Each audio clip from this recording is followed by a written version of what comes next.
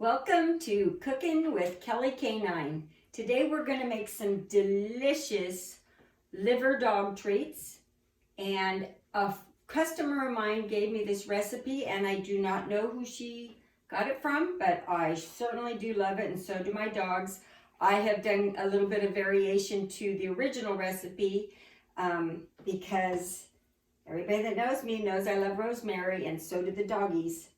So let me tell you what ingredients we'll be putting into these yummy liver treats. So first and foremost, you're going to want to purchase your fresh and natural cage-free chicken livers. And this cost me all of $1.33. I love to use cage-free eggs, brown or white, 3 eggs. And a matter of fact, I use the shells also go into the recipe. Wholesome organic molasses, 2 tablespoons. We've got some Bob's Red Hill whole wheat and Bob's Red Hill tapioca. 1 cup of whole wheat, 1 tablespoon tapioca. And the most delicious part of the recipe is my 1 whole sprig of rosemary, and or you can use powdered rosemary. So let's get to cooking. Oh, we don't want to forget our olive oil spray. Good idea to have your kitchen scissors, an offset spatula. My girlfriend, who's a gourmet cook, showed me this. This is a have-to make these. If you are going to make these in your silicone trays. Look at that, they're so cool. 1/4 inch and 1/2 inch. They pop out and they're nice little doggy treats all made up. And or you can make the brownie version in your brownie pan. And you'll need a cookie sheet to put your silicone pans on, and a blender of some sort here. So chicken liver, molasses, yummy, yummy, yummy molasses. Okay, then my 3 eggs, shell and all.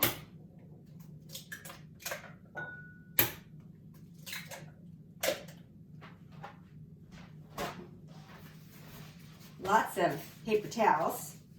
So this is all the moist part of the ingredients. We will turn this on.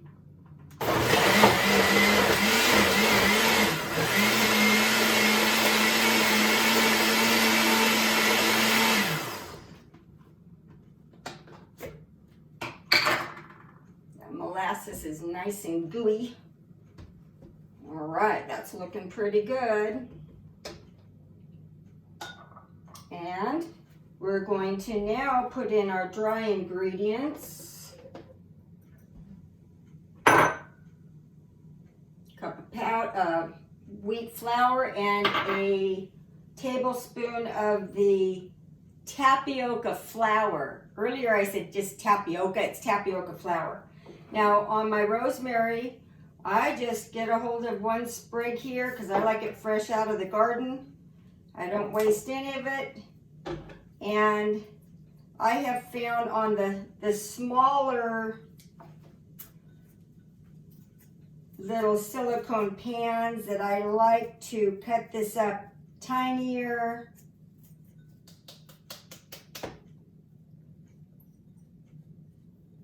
Awesome. And blend away.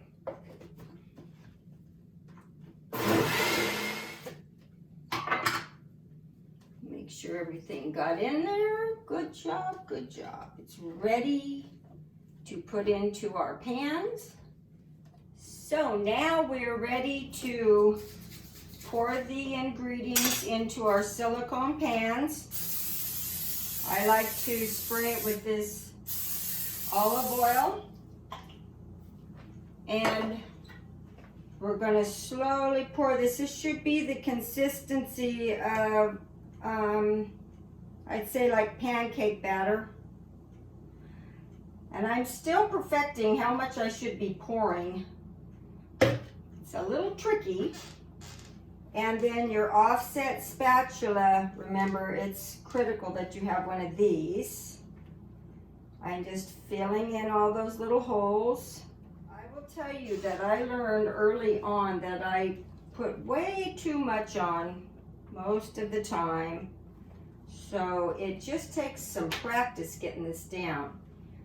And anything that's left on top, you kind of do want to scrape that off as much as possible, but we'll get it. Okay, so that is ready to go, and that's going to go in a 350-degree oven for 15 minutes. I thought I would go ahead and put the rest in my brownie pan and show you how I do that. So the silicone pan will be 15 minutes at 350. This will also be 15 minutes at 350. I'll cut these when they're done cooking. I'll put them back in the pan for another 10 minutes possibly. So we've taken our tray out of the oven. I've let it cool for approximately 5 minutes or so. I just kind of roll them out. And what falls out, great. If they don't fall out, you just punch them out. So I just go from the back and punch out. That oil spray is pretty critical. And then rubbing these to get all the little rough edges off. So I have a nice looking little treat. Put them in my little bowl to cool off.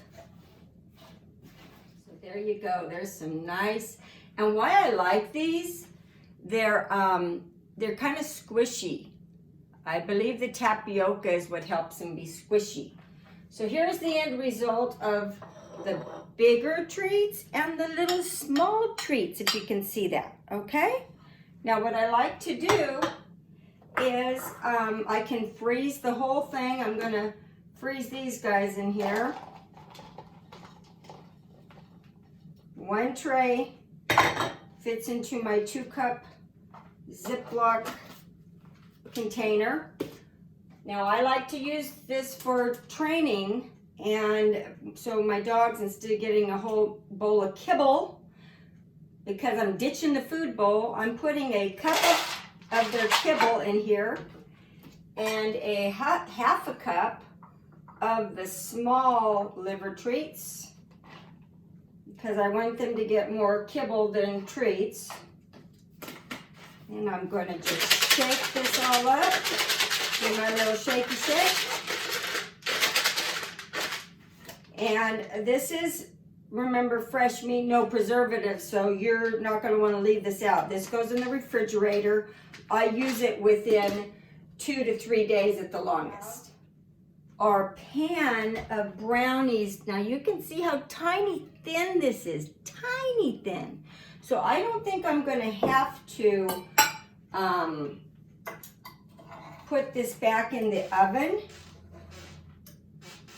but I'll see. If it looks a little raw on the inside, then I will have to.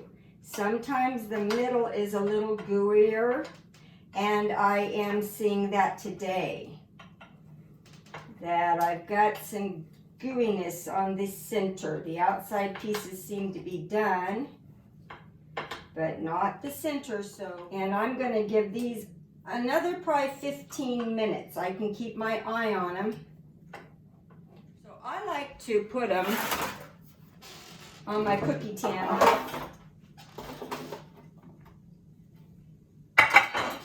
Kind of spread them out there.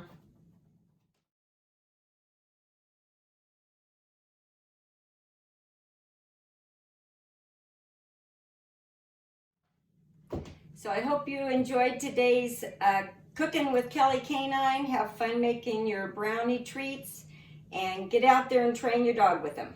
Bye-bye.